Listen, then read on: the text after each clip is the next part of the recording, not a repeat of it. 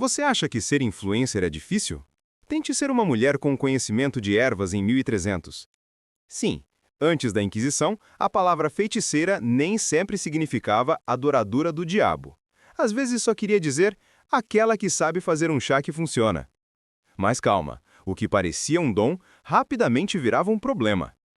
Hoje vamos descobrir como era viver sendo chamada de feiticeira antes da fogueira virar moda.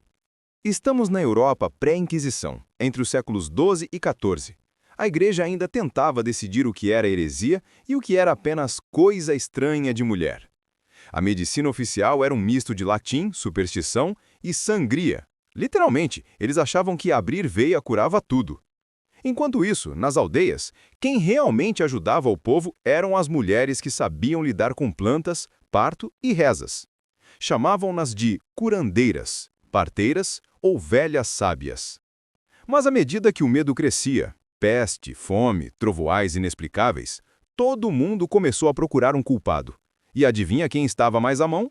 Isso mesmo, a mulher com cheiro de alecrim e gato preto no colo. Tópico 1.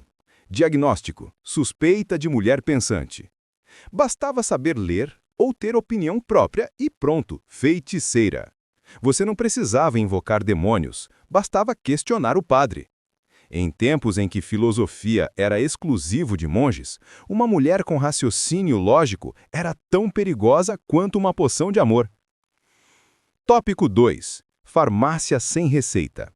Essas mulheres dominavam plantas medicinais, o equivalente a ter um diploma de farmácia, mas sem CRM e sem direitos humanos. Cuidavam de partos, curavam feridas e até faziam cosméticos rudimentares. Mas, se a pomada não funcionasse ou o bebê morresse, o remédio da bruxa virava maldição. Basicamente, se ajudava era mágica, se falhava era feitiço. Tópico 3.